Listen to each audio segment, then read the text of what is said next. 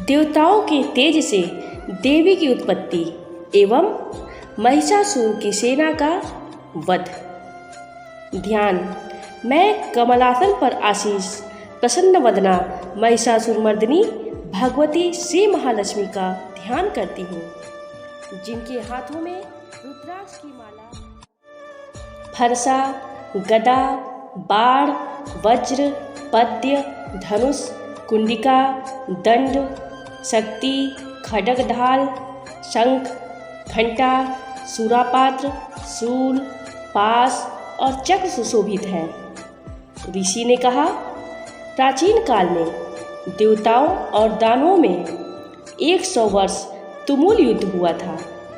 इस युद्ध में दानवों का स्वामी महिषासुर तथा देवताओं के अधिपति इंद्रदेव थे। उस भीषण द्वंद्व युद्ध में देवताओं की सेना महाबलवान दैत्यों के आगे टिक न सकी। समस्त देवताओं पर विजय लाभ करके दैत्यराज महिषासुर ने इंद्र के सिंहासन पर अपना आधिपत्य जमा लिया।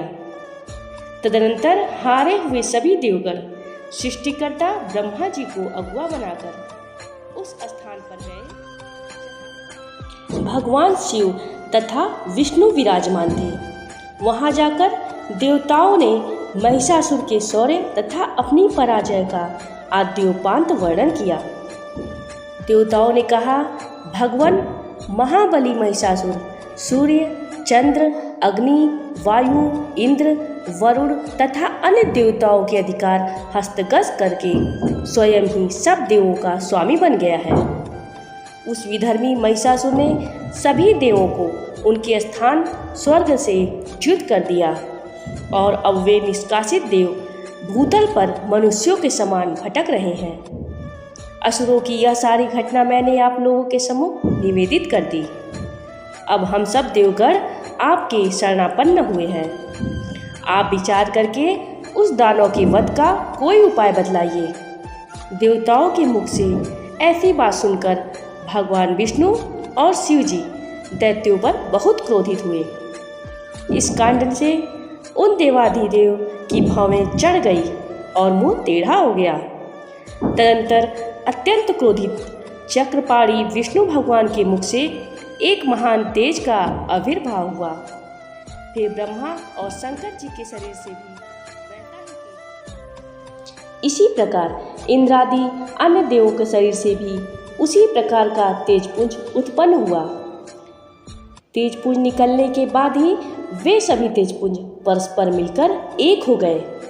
वह महान तेजपुंज ज्वलंत पर्वत के सदृश जान पड़ने लगा। देवताओं ने देखा कि उनकी ज्वालाएं समस्त दिक्कांतों में व्याप्त हो रही हैं। समस्त देवों के शरीर से प्रादुर्भूत हुआ तेजपुंज अतुलनीय था। उस तेजपुंज के एक साथ मिलित होने से वह नारी के रूप में परिवर्तित हो गया और अपने प्रकाश से प्रकाशित होकर त्रैलोक्य में छा गया। भगवान शिव के शरीर से निकले हुए तेज के द्वारा महामाया देवी का मुख प्रकट हुआ। यमराज के तेज से देवी के सिर के केश निकले और विष्णु भगवान के तेज से उनकी भुजाओं का निर्माण हुआ। चंद्रमा के तेज से स्तनद्वय, इंद्र के तेज से कटी भाग, वरुण के तेज से जांघ तथा पैर की पिंडली और पृथ्वी के तेज से नितंब, ब्रह्मा के तेज से दोनों पैर तथा सूर्य के तेज से उंगलियां उत्पन्न हुई। अष्टवसुओं के तेज से हाथों की उंगलियां और कुबेर के तेज से नासिका का निर्माण हुआ। प्रजापति के तेज से दंतावली तथा अग्नि के तेज से 3 नेत्रों का प्रादुर्भाव हुआ। संध्या के तेज से भ्रुकुटी, वायु के तेज से कान उत्पन्न हुए। इसी प्रकार अन्य सभी देवों के मिलित तेज से देवी की उत्पत्ति हुई। संपूर्ण देवों के मिलित तेज से प्रादुर्भूत उस देवी की मूर्ति को देखकर महिषासुर द्वारा संतप्त देवता लोग अत्यंत प्रमुदित हुए। पिनाकी शंकर जी ने अपने प्रमुख अस्त्र शूल में से एक शूल उन्हें दिया। फिर भगवान विष्णु ने अपने चक्र से दूसरे चक्र का निर्माण करके देवी को प्रदान किया। वरुण देव ने शंख, अग्निदेव ने शक्ति, वायु ने धनुष तथा बाण से पूरी 2 तरकस देवी को अर्पित किए। सहस्त्रलोचन देवराजेंद्र ने अपने वज्र से निर्मित एक वज्र तथा ऐरावत हाथी से उतारकर घंटा अर्पण किया। यमराज ने कालदंड द्वारा प्रादुर्भूत दंड, वरुण ने प्रास, प्रजापति ने स्फटिकाक्ष की माला, समस्त रोमकूपों में सूर्य ने अपनी रश्मियों का तेज भर दिया। काल ने उन्हें अपनी चमचमाती हुई तलवार और ढाल दे डाला। क्षीरसागर ने उज्ज्वल हार, कभी न जीर्ण होने वाला वस्त्र, दिव्य चूड़ामणि, 2 कुंडल कड़े, समुज्ज्वल अर्धचंद्र, भुजाओं के लिए केयूर, बाहुओं में धारण करने का एक प्राचीन आभूषण बाजूबंद प्रदान किया। दोनों चरणों में धारण करने के लिए विमल नुपुर, पैजेब, गले की उत्तम हसूली और सभी उंगलियों में धारण करने के लिए रत्न जड़ित अंगूठियां भी अर्पित की। विश्वकर्मा ने उन्हें अपना अत्यंत निर्मल हर्षा प्रदान किया। इसके साथ ही साथ उन्होंने अनेकों प्रकार के अस्त्र और कभी विद्ध न होने वाला कवच दिया। अस्त्रों के अतिरिक्त उन्होंने मस्तक और वक्ष पर धारण करने के निमित्त देवी को सदैव हरे भरे रहने वाले कमलों की बनी हुई मालाएं भी दी। सागर ने उन्हें सुंदर कमल पुष्प भेंट किए और हिमालय पर्वत ने उनकी सवारी के लिए सिंह तथा अनेकों प्रकार के रत्नादि भेंट किए। धन के स्वामी कुबेर ने मधु से पूरित पात्र दिया। संपूर्ण पृथ्वी को धारण करने वाले नागराज शेष ने बहुमूल्य मणियों से विभूषित नागहार का उपहार दिया। इसी प्रकार अन्य देवों ने भी अपने अपने अस्त्र और आभूषण देकर देवी का सम्मान किया। इसके अनंतर उच्च स्वर से अट्टहास करते हुए देवी ने बारंबार गर्जना किया। उनके गर्जन से संपूर्ण आकाश गुंजायमान हो गया। देवी के घोर गर्जन से उत्पन्न भयंकर रव कहीं समा न सका, जिससे तीनों लोग क्षुभित हुए और समुद्र भी कांप उठा। पृथ्वी में भूकंप आ गया और समस्त पर्वत हिलते डुलते थरथराने लगे। उस समय देवताओं ने अत्यंत प्रसन्न होकर भगवती सिंहवाहिनी देवी का जय जयकार किया। इसके पश्चात महर्षियों ने भी नतमस्तक होकर देवी की स्तुति की। समस्त विश्व को क्षुब्ध देखकर असुर लोग अपनी संपूर्ण सेना को कवचादि से सज्जित कर दिया। हाथों में अपने आयुधों को लेकर एकाएक उठ खड़े हुए। उस समय महिषासुर अत्यंत क्रुद्ध होकर बोल उठा, यह सब क्या हुआ? तदनंतर संपूर्ण असुरों से घिरा हुआ वह महिषासुर देवी की भयंकर नाद की ओर लक्ष्य करके दौड़ा। उसने सबसे आगे जाकर देखा, वह देवी अपनी अलौकिक प्रतिभा से त्रैलोक्य को प्रकाशित कर रही थी। उनके मध्यभाग से पृथ्वी रसातल में बोझिल होकर दबी जा रही थी। मस्तक के मुकुट से आकाश में रेखा खींची हुई दिख रही थी तथा वे अपने धनुष की टंकार से सप्त पाताल लोकों को क्षुभित कर रही थी। अपनी सहस्त्र भुजाओं से देवी समस्त दिशाओं को आच्छादित करके खड़ी थी।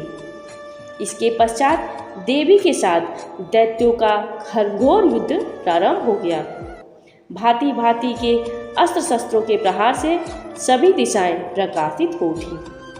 महिषासुर का सेनापति चिच्छुर नामक महान असुर था। देवी के साथ उस महाबली दानव का संग्राम होने लगा।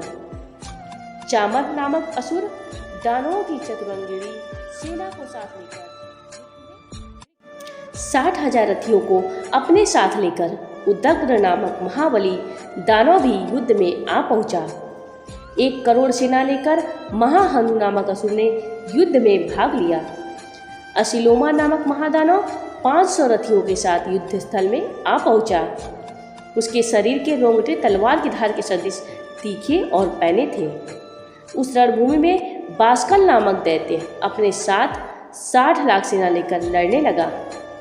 परिवारिक नामक असुर हाथी सवार, घुड़सवार आदि टोलियों के साथ 1 करोड़ की विशाल सेना के साथ युद्ध भूमि में उतर आया। बिड़ाल नामक दैत्य 5 अरब रथियों के साथ लड़ने लगा। इसके अतिरिक्त और भी सहस्त्रों महादैत्य रथ, हाथी और घुड़सवारों की सेना की सहायता से युद्ध करने में लग गए। उस रणस्थल में कोटि कोटि सहस्त्र रथ, हाथी और घिरा हुआ स्वयं महिषासुर उपस्थित था।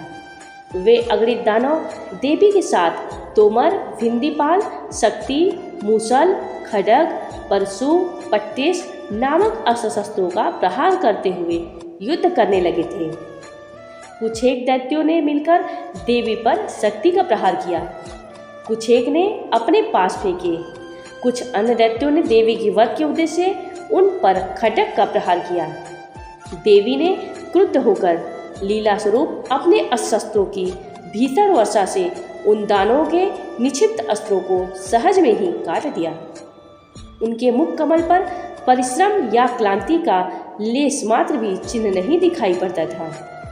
देवता और ऋषि उनका स्तुति गान कर रहे थे तथा महामाया परमेश्वरी उन दैत्यों पर अपने अस्त्र शस्त्रों की बौछार कर रही थी। देवी का वाहन सिंह भी क्रुद्ध होकर अपने गर्दन के केशों को हिलाता हुआ दैत्यों की सेना में इस प्रकार भ्रमण करने लगा मानो किसी वन में दावाग्नि फैलकर क्रमशः बढ़ रही हो। देवी ने रणस्थल में युद्ध करते हुए दानवों के साथ जितने श्वास छोड़े वे सभी सैकड़ों हजारों गणों के रूप में परिणित हो गए और हाथ में परशु, भिंदीपाल, खड्ग था। पट्टिस आदि अस्त्रों द्वारा दानवों से युद्ध करने में लग गए।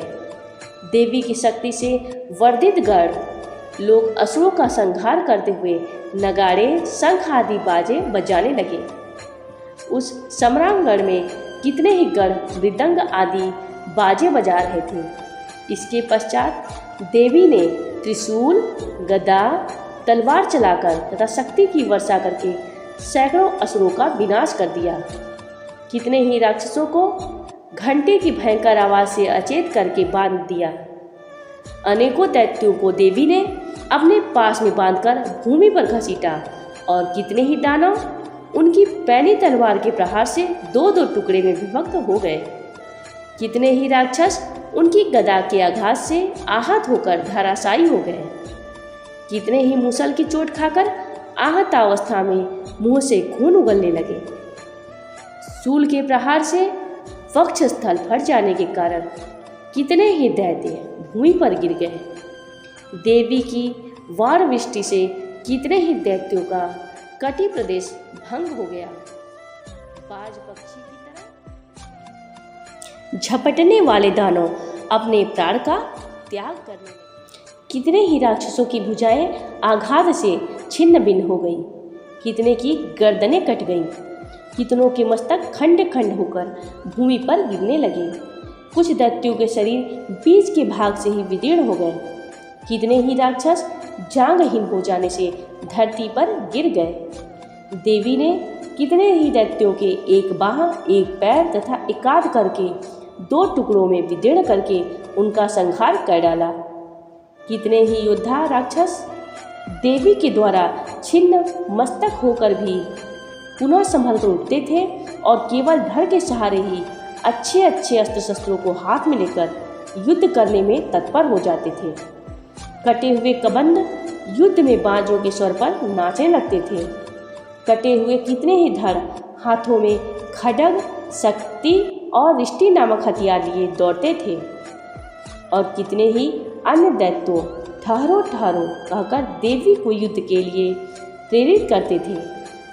जिस भूमि पर यह घनघोर युद्ध हुआ था वहाँ की जमीन देवी द्वारा निक्षिप्त रथ, हाथी, घोड़े और दानवों की लाशों से ऐसी आच्छन्न हो गई थी कि वहाँ किसी का गमनागमन संभव नहीं। दानव दल में हाथी, घोड़े, मृतक असुरों के शरीर से इतना रक्त प्रवाह हुआ था कि वहाँ कुछ ही क्षणों में खून की बड़ी बड़ी नदियाँ प्रवाहित होने लगी। जिस प्रकार तीर्ण समूह काष्ठ की विशाल राशि को अग्नि कुछ ही क्षणों में भस्म कर देती है, उसी प्रकार जगत जननी जगदम्बा ने असुरों के उस विशाल सैन्य समूह को क्षण भर में ही नष्ट कर डाला।